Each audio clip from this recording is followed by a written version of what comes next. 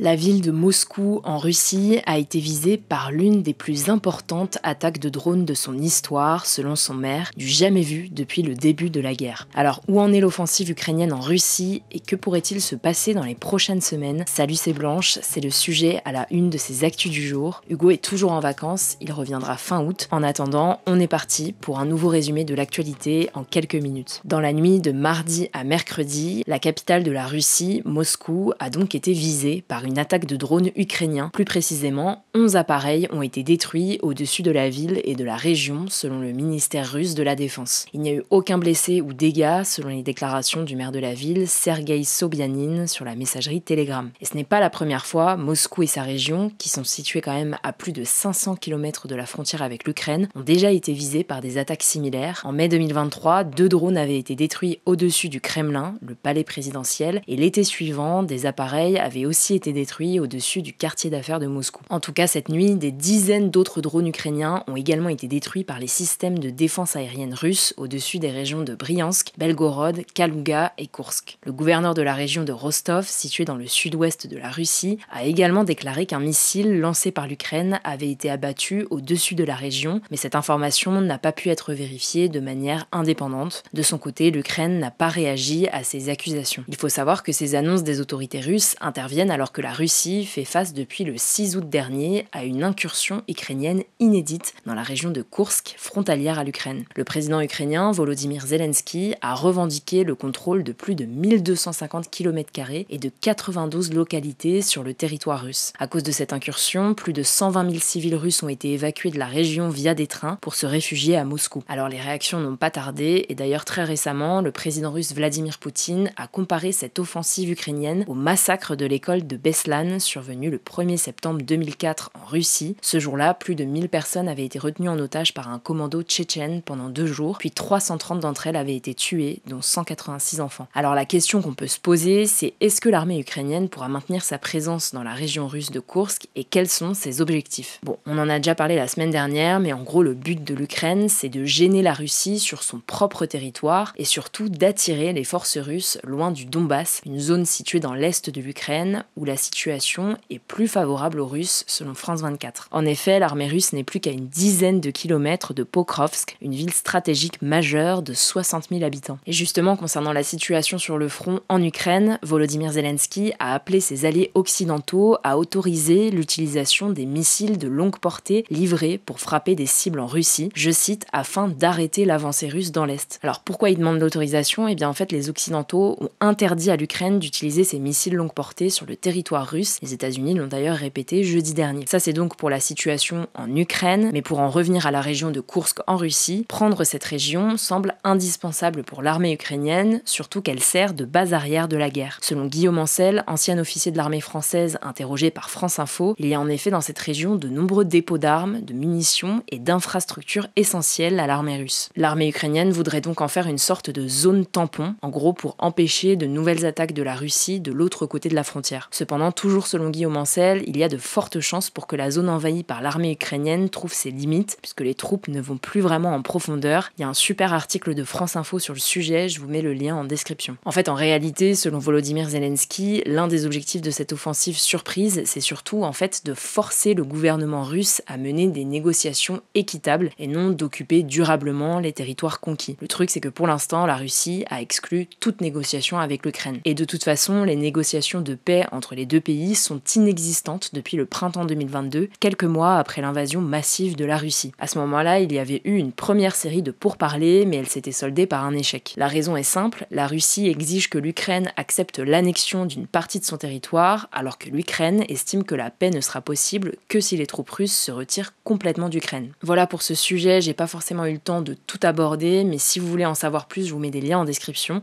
et je vous laisse avec Morgane pour les actualités en bref. Merci Blanche et bonjour à tous. On commence avec cette actu. L'ancien président américain Barack Obama ainsi que sa femme, l'avocate Michelle Obama, étaient présents ce mardi à la convention démocrate pour apporter leur soutien à Kamala Harris, la candidate du parti pour la présidentielle qui aura lieu en novembre. Lors de cette convention, le parti a donc officiellement investi Kamala Harris après le retrait de Joe Biden en juillet. Président de 2009 à 2017, Barack Obama est toujours très apprécié au sein du parti, tout comme sa femme Michelle. Le couple a affirmé sa confiance envers Kamala Harris et sa candidature, indiquant qu'elle qu'elle était, je cite, plus que prête pour ce moment et que l'espoir est de retour. Barack Obama a même scandé la phrase Yes, she can en référence au slogan Yes, we can de sa campagne présidentielle en 2008. Enfin, le couple a longuement critiqué Donald Trump. Barack Obama l'a qualifié de milliardaire de 78 ans qui n'arrête pas de pleurnicher, qui a peur de perdre, alors que Michelle Obama a prévenu que la bataille serait difficile. Les sondages américains donnent une légère avance à Kamala Harris dans la course présidentielle, mais tous estiment que le résultat final de l'élection sera très serré. Et encore une fois, les sondages ne sont pas une prédiction, mais une photographie de l'opinion à un instant T. Deuxième info, un super voilier de luxe britannique, le Bayesian, a fait naufrage dans la nuit de dimanche à lundi près de Palerme en Sicile, une île italienne. Le voilier a été victime de ce qu'on appelle une trombe marine. C'est un phénomène météorologique qui ressemble à une tornade mais sur l'eau. C'est un tourbillon d'air et d'eau assez rare mais très violent. Le voilier, qui avait jeté l'ancre pour la nuit, a coulé en quelques minutes selon des rescapés et des témoins de la scène. Le bateau contenait 12 passagers et 10 membres d'équipage, soit 22 personnes au total. Selon le dernier bilan des autorités italiennes, 15 personnes ont déjà été secourues, un membre d'équipage et 4 passagers sont décédés et 2 sont encore disparus. Les passagers avaient embarqué pour une croisière organisée par l'entrepreneur britannique Mike Lynch pour fêter la fin d'un procès avec sa famille et des collaborateurs. Il fait partie des personnes encore disparues ainsi que sa fille. Troisième info, le gouvernement britannique, élu après les élections législatives en juillet au Royaume-Uni, a dévoilé ce mercredi une liste de mesures pour lutter contre l'immigration illégale. Ces mesures incluent notamment l'augmentation des expulsions de migrants au Royaume-Uni. La ministre de l'Intérieur britannique Yvette Cooper voudrait atteindre dans les 6 prochains mois le niveau d'expulsion de 2018, soit environ 14 000 par an. Yvette Cooper veut également lutter contre, je cite, les gangs de passeurs, des personnes qui accompagnent les migrants lors de leur voyage et les aident à passer illégalement la frontière contre de l'argent. Cela passera par le recrutement d'agents spécialisés dans le renseignement et les enquêtes. Le Royaume-Uni est visé depuis début août par des émeutes d'extrême droite avec des groupes qui attaquaient notamment des mosquées et des hôtels pour les demandeurs d'asile. Quatrième info, le rapporteur spécial sur la situation des droits de l'homme en Afghanistan, Richard Bennett, est interdit d'entrer dans le pays. L'annonce a été faite ce mardi par le gouvernement afghan, puis confirmée par un diplomate à l'AFP. Malgré tout, Richard Bennett aurait déjà été prévenu il y a plusieurs mois de son interdiction de se rendre en Afghanistan. Le rôle de Richard Bennett, qui travaille pour l'ONU, est de témoigner de la situation des droits de l'homme en Afghanistan, de donner des recommandations pour les améliorer et d'aider le pays à les mettre en place. L'Afghanistan est dirigé depuis août 2021 par les talibans, qui ont mis en place un système que les Nations Unies appellent un apartheid de genre. Les femmes y sont victimes de nombreuses interdictions, comme l'accès aux études et à de nombreux emplois. Depuis leur arrivée au pouvoir, les talibans ont toujours rejeté les critiques et recommandations de l'ONU et des autres pays. Cinquième info, Khalil Makta, un responsable du Fatah, un mouvement politique et militaire palestinien, est mort ce mercredi dans une frappe israélienne sur la ville de Saïda, dans le sud du Liban, selon le Fatah et une source de sécurité libanaise. L'armée israélienne a confirmé avoir mené dans le sud du Liban une frappe aérienne le visant. La raison avancée, c'est qu'il était responsable des brigades des martyrs d'Al-Aqsa, la branche armée du Fatah, qu'Israël accuse d'agir pour le compte des gardiens de la révolution iranien, l'arme idéologique de la République islamique d'Iran. C'est la première fois qu'un responsable de cette formation, dont fait partie le président de l'autorité palestinienne Mahmoud Abbas, est directement ciblé par Israël. Et enfin, dernière info, Nintendo a annoncé l'ouverture le 2 octobre prochain d'un musée sur son histoire. Créée en 1889, l'entreprise vendait d'abord des cartes de Hanafuda, un jeu japonais, avant de se lancer dans le jeu vidéo dans les années 70. Le musée se situera à Kyoto, au Japon, la ville où l'entreprise a été créée et où son siège se trouve actuellement. Elle proposera des expositions d'objets historiques de l'entreprise, mais aussi des salles avec des expériences interactives autour du jeu. Un atelier de création de cartes de Hanafuda sera aussi proposé. Les billets seront proposés au prix de 3300 yens, soit environ 20 €. Merci Morgane, c'est tout pour aujourd'hui. Merci beaucoup d'avoir suivi ces actus du jour. En attendant, prenez soin de vous et je vous dis à demain.